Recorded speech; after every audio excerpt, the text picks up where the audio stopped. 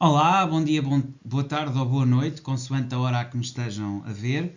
Bem-vindos à vossa 10ª lição aqui da oficina 6, da oficina da clínica, oficina da energia de Virgem. Nós aqui estamos a trabalhar técnicas, como já perceberam, desde a primeira aula, como a técnica do tomate, como a técnica da caverna, a técnica da fragmentação e todas as outras que temos estado aqui a trabalhar ao longo destas já 10 lições, que procuram essencialmente trazer-vos mecanismos e estruturas para uma melhor produtividade e foco que vos permita atingir os objetivos, obviamente sendo grato, redefinindo o vosso objetivo ou objeto de trabalho aqui na clínica, perceber essencialmente o que é que vocês estão a trabalhar, quais são os objetivos que vocês efetivamente pretendem atingir dentro daquilo que é uma aplicação a todos os palcos da vossa vida, ou seja, a todas as clínicas, digamos assim, não será palcos, a todas as clínicas da vossa vida. Ou seja, vocês têm várias áreas clínicas, várias áreas onde têm que ter aprendizado, estudo, aprofundamento, áreas de trabalho e serviço, e então estas técnicas ajudam-vos independentemente da clínica que vocês tenham, ou se trabalham efetivamente numa clínica, onde também saberão que estas técnicas poderão ajudar profundamente ao vosso trabalho. Hoje trazemos aqui uma técnica para parar com o cramming. O cramming, em termos de tradução, é o empilhamento, ou seja, é quando nós pegamos numa série de tarefas e as colocamos todas umas em cima das outras e ficamos bloqueados pelo tempo, ou seja, ficamos como que congelados, paralisados, melhor, este é o termo mais adequado, perante a quantidade de tarefas que temos à nossa frente e que não conseguimos começar por lado nenhum, devido ao bloqueio mental de termos tantas tarefas para fazer. É quase igual a quando temos uma casa desarrumada e torna-se difícil saber por onde começar, não é? Tanta coisa que paralisamos, desistimos, dizemos, bom, isto há tanta coisa para organizar. Isso muitas vezes tem a ver exatamente com a nossa mente ser extremamente perfeccionista. E como é perfeccionista, começa a bloquear. Começa a bloquear porquê? Se eu tenho tantas tarefas e eu vou desempenhá-las todas com a maior perfeição possível, então, e lá está, vai a técnica do tomate, não é? Eu vou começar uma de cada vez e vou fazer todas perfeitamente, então nunca mais saio daqui. Então há um bloqueio mental. Então se eu não consigo fazer nada, melhor é parar, não vou conseguir, então entro no adiamento ou na procrastinação. Então, o cramming pode ser aqui o princípio de uma série de problemas de saúde e dificuldade mental. Portanto, há que ter aqui consciência dessa saúde mental que temos que manter, desse ginásio mental que tem que ser organizado, e o cramming vai nos ajudar aqui, tal como todas as outras técnicas que temos estado aqui a estudar, a organizar a nossa mente para ser mais produtiva, mais proativa, mais grata, mais transformadora. Então, evitar, tal como se deve evitar muitas tarefas ao mesmo tempo, o multitasking, já falámos disso aqui numa das últimas lições, agora devemos evitar o acúmulo de tarefas para manter o foco, a eficiência e o bem-estar. Então, como é que se evita o cramming ou o empilhamento? O cramming, primeiro, o que é o cramming ou empilhamento? Miglhamento de tarefas, portanto, muitas tarefas, e depois não desenvolver nenhuma destas tarefas de forma consequente ou consciente. Ou seja, começamos aqui uma tarefa, outra tarefa ali, outra ali, elas começam-se a acumular, nenhuma vai até ao fim. Cá está, não usamos a técnica do tomate para levar até ao fim cada uma dessas tarefas, e então temos um migalhamento de tarefas, temos uma confusão à nossa volta. Portanto, isto faz com que tenhamos falta de foco, com que haja procrastinação, vamos adiante, dizemos, não, isto é muita coisa, é muita tarefa, tenho que fazer muito, portanto não dá, não vai dar, vai ser complicado. E então há um adiamento constante das responsabilidades, então não vamos fazer o básico, não vamos arranjar rotinas, não vamos fazer nada. Isto vai gerar uma frustração, uma baixa autoestima, vamos nos considerar menos como pessoas, vamos nos considerar desorganizados, incapazes, em dificuldade, etc. Quando nós nem sequer nos devíamos focar nisso, nós devíamos focar de porque é que nós estamos a resolver isto, o que é que aqui podemos começar em termos de plano objetivo e prático para ultrapassar estas dificuldades, como é que vamos chegar aos nossos objetivos. Esse é que deve ser o nosso foco e o nosso pensamento, é como é que ultrapassamos este migalhamento de tarefas, e então aí temos que efetivamente voltar a ganhar foco e não procrastinar, e para isso implica avançar para as responsabilidades de frente. Isso implica, cá está, ter uma autoestima e uma autoconfiança.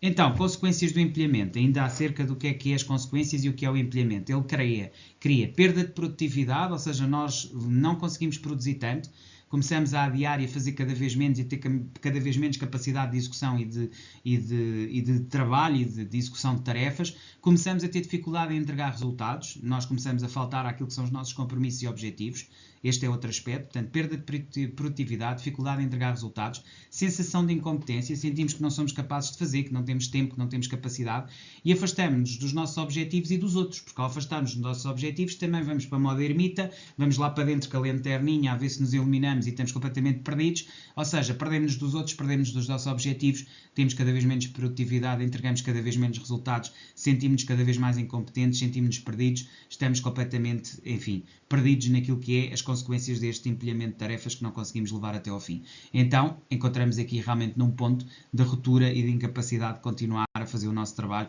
de forma conscienciosa. Então, como é que vamos, basicamente, evitar isto? Como é que vamos sair disto? Aqui já começamos a trabalhar soluções. Ou seja, perante este caos todo e perante toda esta dificuldade e impossibilidade de conseguir atender a todas as tarefas ao mesmo tempo, nós temos que arranjar uma estratégia para ultrapassar isto.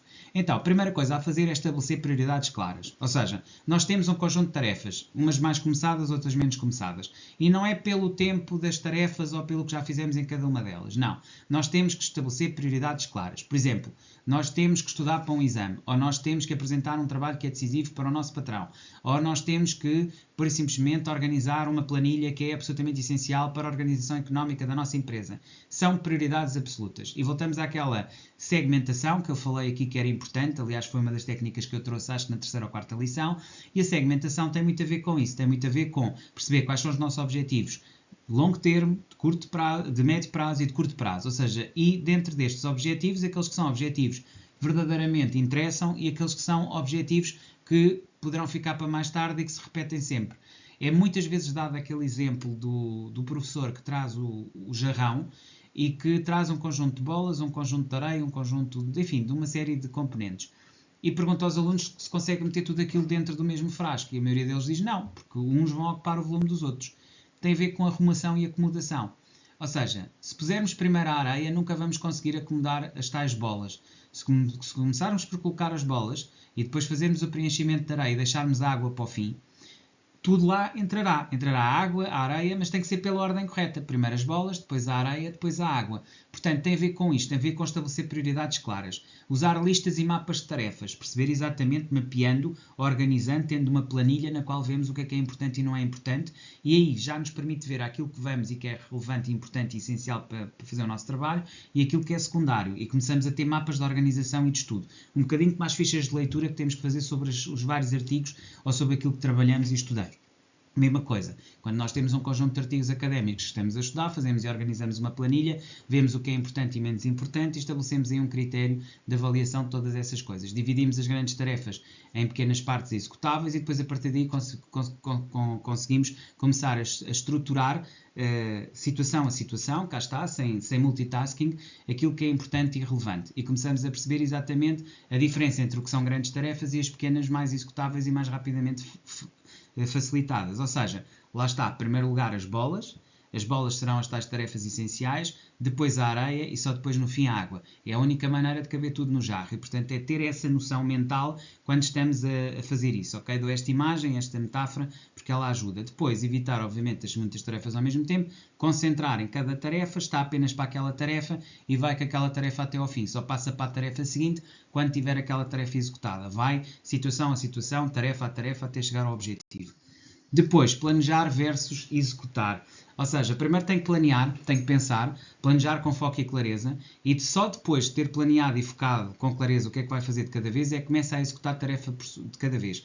E aqui já pode ser mais rápido na execução. Se for bom e se estiver centrado, quando eu digo bom é se for congruente, se tiver sentido no foco e na clareza, no planeamento com foco e clareza, depois a execução torna-se bastante mais rápida. Você só é rápido na execução se tiver previamente um planeamento com foco e clareza.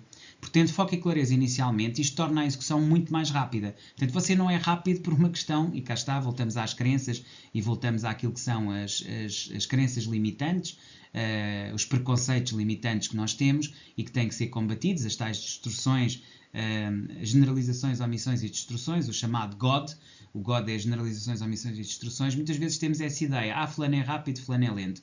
Não é uma questão de ser, é uma questão de fazer e de se organizar e de ter estrutura. Só é rápido quem se organiza, portanto, planejar com foco e clareza, executar uma tarefa de cada vez, fazendo pausas conscientes, isto torna uma máquina imparável, você vai ser muito mais rápido a executar e, portanto, usa o tempo de desfocagem para reorganizar as ideias. Dou-lhe outro exemplo prático. Imagina alguém que tem que trazer o conteúdo de uma garrafa para uma tina, por exemplo, e que há um conjunto de 20 garrafas. A forma como você começa, se você for garrafa a garrafa, é diferente se você começar no início ou se você começar no fim. Se você for pondo à medida que começar por fazer o que é mais rápido, você leva o dobro do tempo se começar por aquilo que é mais lento. Ou seja, se você começar pela última garrafa, em vez de começar pela primeira, você vai ser muito mais rápido se começar pela primeira. Porquê? Porque leva o dobro do tempo e já está cansado, enquanto a segunda vai facilitando. Você vai aumentando à medida que vai fazendo as tarefas. Onde é que isto se traduz em termos de execução? Tarefas mais difíceis primeiro, tarefas mais fáceis vão sendo deixadas para um momento posterior. Porquê? Porque você, quando chegar a elas, vai fazê-las muito mais rapidamente, ok? Portanto, este é o conselho. Vou passar então ao slide seguinte.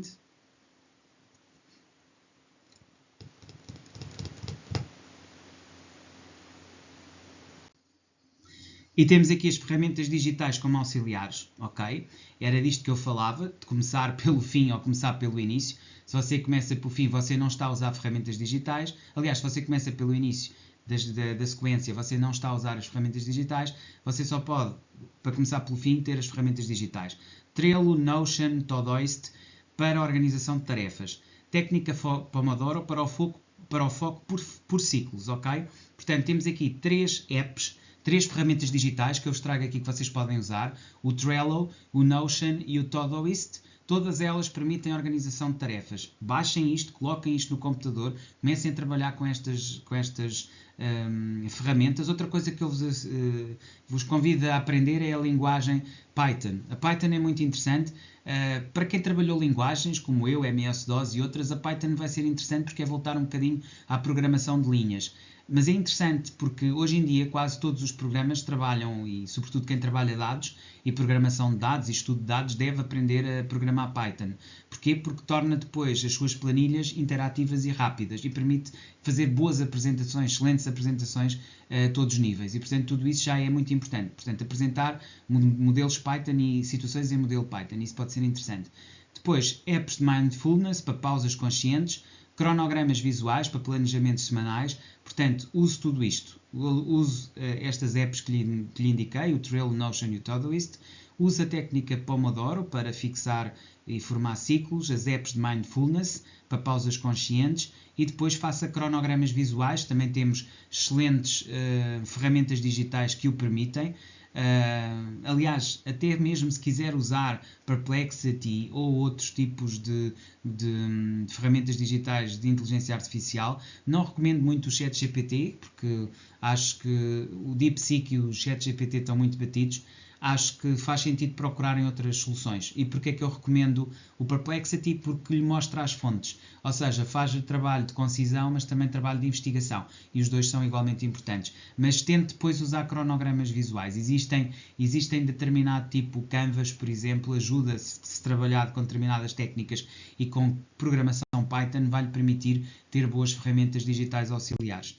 Ética da suficiência, escolher uma tarefa que você normalmente considera incompleta. Isto aqui é um exercício, é o exercício ética na suficiência. Portanto, escolha uma tarefa que você normalmente considera incompleta, execute-a com foco no que é suficiente, reflita como isso impactou o seu stress e desempenho, aqui também uma avaliação do stress e desempenho, e faça regularmente este tipo de situações, registando por escrito durante 90 dias as consequências deste exercício de ética da suficiência. Para quê? Para avaliar essencialmente o impacto do stress no desempenho, ou seja, o quanto o stress influencia ou não o seu desempenho e como o stress poderá estar a influenciar a sua eficácia. Portanto, se fizer isto desta maneira e usar este exercício, conseguirá também daqui tirar conclusões importantes acerca da sua eficiência e eficácia. Portanto, é mais um exercício que eu aconselho a fazer e que terá todo o interesse em registar depois e repetir durante 90 dias até chegar àquilo que serão as suas conclusões. Mensagem final: evitar o empilhamento é um ato de autoconhecimento, ajuda a organizar, a focar e a aceitar aquilo que é importante e suficiente, melhora a sua saúde mental, a sua produtividade, a sua relação com o mundo e, portanto, eu diria que só tem vantagens em encontrar estas técnicas, que eu hoje aqui também expus, para evitar o empilhamento ou, digamos, a sucessão de tarefas. Tudo isto vai fazer com que você se torne mais focado, mais organizado, mais suficiente, mais proativo, com uma melhor saúde mental e com maior produtividade. E a sua relação consigo e com as suas tarefas vai melhorar substancialmente. Portanto, era isto que eu tinha para vocês. Voltamos a ver amanhã. Até lá, despeço-me cordialmente. Até amanhã.